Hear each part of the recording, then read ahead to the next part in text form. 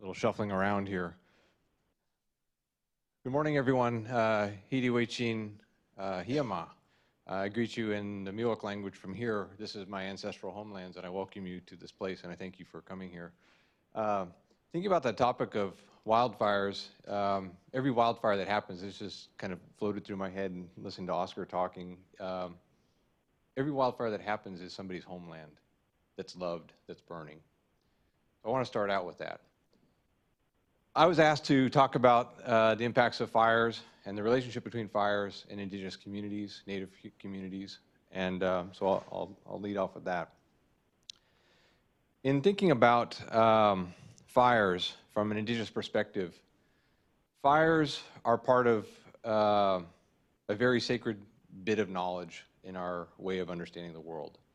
From time immemorial, we've interacted with fire. We have stories. Almost every indigenous community that I work with, from Australia to here in North America, has what I call the first fire story. Those first fire stories are stories that tell us about fires that engulf the entire world, consume everything, and leave black in its aftermath. And in every single one of those communities, you know, these are fires that happened in the time before humans exist in this world. But in that time when creation is happening, we come to an understanding that those creator beings were thinking about, well, what happens when people get here, and how will they learn to live with fire? And from that is a story that tells us how we get fire. These two pieces of art that I just showed are pieces that I've done. I dabbled a little bit in art as well as teaching and everything else, are from my own creation story, from right here in this area. And they talk about places in our local landscape where there's a history of fire, and then how did we as human beings learn to live with fire? And the hummingbird is one of those species that brought us fire. And the hummingbird bears the marks of the fire by that beautiful, brilliant, burgundy purple head of the Anna's hummingbird that is one of our local species. We learned to use fire from that time. And I think that's a really important thing to think about, is where has things changed for us? And that's what I'm going to focus in on today. From a cultural context of burning, Henry Lewis, who's an anthropologist back in 1973, did a study looking at all the different reasons why California Indian people use fire. And he found that there were 73 reasons why California Indians set fire to the landscape. And I like that idea of thinking about 73 different reasons, because if we think about fires today, we don't really hear about all those different reasons of why fires happen. We hear about fire hazard reduction burning and wildlife habitat improvement burning, but what are those 73 different reasons? And so in this slide, we see a feather belt that's actually from CSU Chico campus, where it was made there in about 1906, where the Machoopta Rancheria was located at that time right along Big Chico Creek.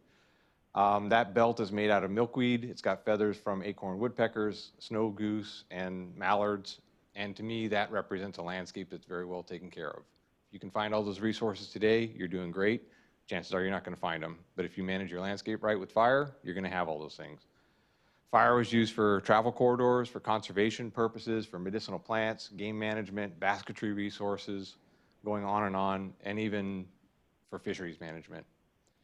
And that fisheries management piece is something that I'll come back into in a little bit, but there was recently, within the last year, a study published looking at the impacts of fires up in the Klamath River region in northwestern California, where the traditional knowledge says that if you set fires at the right time of year, and those spring run fish, which we have an ecocultural relationship with, if we set those fires at the right time, we can cool the water temperatures to keep those fish alive, because they're coming up in the spring, they over summer, and in the fall, they're spawning. So we set the fire at the right time, the smoke cools the air temperatures down, cools the water temperatures down, those fish can survive. Come back into that towards the end. Our knowledge base is time tested. I have a quote here from one of my elders who's since gone on to the spirit world, but she's conveying information to me back in 2004 of one of her elders who was alive at the turn of the century, who talked about, if we stop burning, wildfires will become rampant. That is a key message that tells us something right there. We had the tools that were given to us in our creation story that told us we should be setting fires. And we stopped doing it. Why? well, colonial settlement changed the way that we were able to interact with our landscape. This is a picture that you see there actually shows the footprint of the campfire from the point of origin. I don't know how to use this thing. I'm not going to go, technology and I don't go along very well. But basically from the point of origin in the distant mountains into the Little Chico Creek watershed. It's the whole range of the fire that you can see right there. So those obligations that were handed down to us from the time of creation to the present still exist, and that relationship is with fire and water. And there's some key issues that are there for why we're not able to do that. Settlement creates that disconnect between people and the landscape. It limits the continuity of culture, being able to practice and implement that culture. Reduces the ability to transfer knowledge, what we call intergenerational learning, which is a huge part of the way that as tribal people we learn from the time that we're children to the time that we're elders. And it's this closed loop that kind of exists that way. And when we're not able to practice that, it leads to unhealthy landscapes and ultimately unhealthy people because we're not actually out there walking the landscape, checking out things, learning and observing when fire should happen and actually practicing those fires within that landscape. I'm going to look at some of the climate data here really quick. This paper was published by Alan Taylor and others in 2016. And what I like about this paper is I know the scientists who were working on this, they looked at the data for a long time. They couldn't figure out what was the matter with the data. They couldn't find anything significant about it. And then all of a sudden they realized, wait, there's socio-economic shifts that are happening in this data. So if we look at the green band that's in the data, that's the time period where in the dendrochronological studies, they're seeing the frequent fires set by native people. And then Spanish colonization and the Mexican period, and then the gold rush happens, and then fire suppression begins, which is that last purple band. And in the time when native people were managing the landscape and the fire and climate interactions were decoupled, that people were able to manage fire safely and effectively within the landscape by not, basically by not having large fires happening. Not that fires didn't occur, but that they were decoupled from that system. California burned a lot. That's all I'm going to say. Scott Stevens and others back in 2007 said that we burned in pre-settlement time somewhere between 4.5 million to 12 million acres in the state annually. Last year, 2018, I think we burned about 1 million acres. So even though we had big fires that were quite devastating, we're not burning enough still. It's all about the timing, by the way. Timing is huge, right? Earlier we heard about Tony Westerling's study back in 2006, which looked at the changing in the seasons. If we're paying attention to the landscape, we see the change in the seasons. We can know when to apply fire properly within that landscape.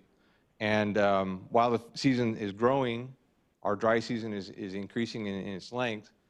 If we're reading the landscape and we understand those relationships between certain species within the landscape and when to put fire on the ground, then we're able to control fire in a different way than just letting wildfire run over us all the time.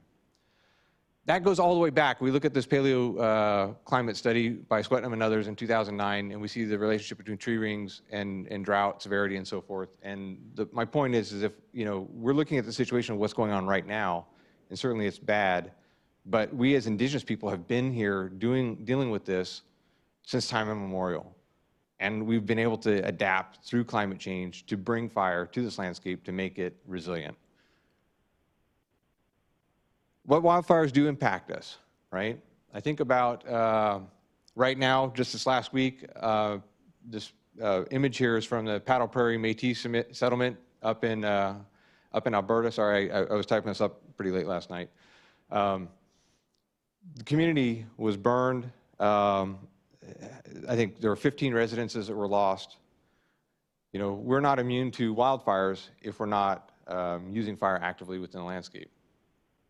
I like this quote from Tracy Nelson, who is the chairman from La Jolla Band of Luiseño. It says, "There's a reason for everything that happens. Fire is part of our culture, so this is all part of our life."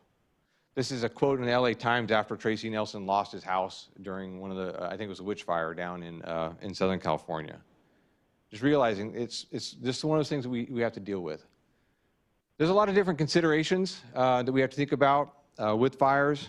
Sacred sites is one of those things that I think is really important. Desecration, damage to sites through equipment use, fires burning over areas, exposing some of the things that may be there. I got to move it along. Divulging secret knowledge about things that are there within the landscape, and also how do we communicate between tribal people and incident command? How are we brought into that system? We'll skip ahead here. There's some things that are important in terms of resources that come back, resource impacts. For traditional cultural practitioners like basket weavers, people who collect traditional medicine and foods, these wildfires can have impacts in a variety of ways. One is that there's obviously species that come back after fires, like the morel mushrooms that we see in the picture here. Contamination of sites is one of those things, particularly here in Butte County, some of the areas along Butte Creek, where weavers traditionally go to collect sedges and willows. We don't know for how long they're going to not be able to go and collect in those places. These are places that they've tended to for very long periods of time. So those are things we have to be thinking about, access to sites, and the loss of diversity with the wrong kind of fires within the landscape.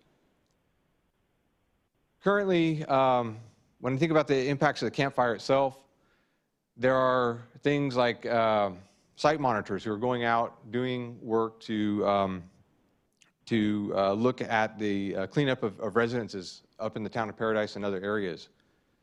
I know for a fact that Machupta, one of the tribes up in the Chico area, they have 42 cultural resource monitors out there on a daily basis, working from sunup to sundown, working on these site cleanups. That bears a toll on them, their community, and their responsibilities back to community to do those things that they need to be doing. We also think about the loss of things, what I call the assets at risk, are not always the things that we align with in terms of what the ways that the wildfire community thinks about assets at risk. You know, we think about trees that are maybe our heritage trees where we go and collect acorns from and those sorts of things. And then there's just the overall change in the environment. And this term that I think is really important is solastalgia, the environmental change that happens and the psychological impacts of that. This could be more pronounced in tribal communities because of the intergenerational trauma of being separated from the landscape and stewardship. Then there's the water side of it. There's obviously some benefits that are there with the water, but when we think about things like the salmon and the fisheries, you know, when we lose those things that we have cultural responsibilities to, like the salmon, and here you see in the middle picture some spring run Chinook salmon just before the campfire on Butte Creek. I don't even know if those fish's offspring are going to be here, you know, in years to come, if they even survived. But getting to some of the landscape scale context is that we all know that we have a landscape that burns. This is a map showing the distribution of fires over the last 120 or so years here in California. And there's places that burn very frequently, and a lot of these places are places that are known in tribal stories as those places where fires happen. And I'll leave it at that on that piece. I just want to say, what are tribes doing around fire? So in the 1940s, Harold Weaver, who was a forester with the BIA, worked on the Colville Reservation and at Fort Apache. And on those reservations, he was able to bring crews in, train tribal people to do burning in the magnitude of about 65,000 acres per year. That changed in Colville in about the 1980s. At Fort Apache, they're still doing it, and the success of their burning actually helped to curtail the effects of the wallow fire that we see here on this map. Fires have obviously a potential for a lot of different impacts to tribal communities and the landscape. When we think about the opportunities there, working together, lessons learned from other fires, there's a lot to be said in working together. In the pictures here, we see some photos from Santa Clara Pueblo. I encourage you guys to maybe go online and look for a story map that Santa Clara Pueblo put together, showing how they responded to fire and the debris flow that happened after the fire. Obviously, don't have time to go into that today. But it's all about bringing the culture back. For tribal people, we look to bring this fire back and to instill our rights to restore and take care of our landscape in the way. And so we see some pictures here from Concal Valley Band, some Miwok folks that I work with down here in this area. Up and down the state, we've got a lot of different burning happening, and we're involving our kids in that. There's some challenges to that that are important, and I'll try to wrap it up with this. One quote, indigenous cultural burning practices are distinguished from other fire management in the context of traditional law, objectives, outcomes, and the right to burn. And this is something that's really sets us apart from being able to actually get out there and do the type of fire that we know we need to be doing. But there's regulatory policies that help us keep us from getting into that. And these are what some of those policies are. In terms of air quality, we've got some opportunities there to do some things because there is recognition of indigenous burning as a way to treat it as natural fires and not regulate it. So I can clarify that later. These are just some recommendations. Mostly what I'm looking at here is supporting the need to put traditional fire back on the landscape, and maybe look for opportunities to bring in some of that carbon funding within the state of California. We've got the AB $32. And where's that money being spent?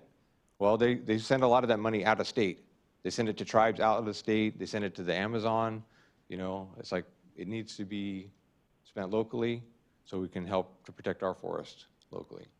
I'll close with that. Thanks.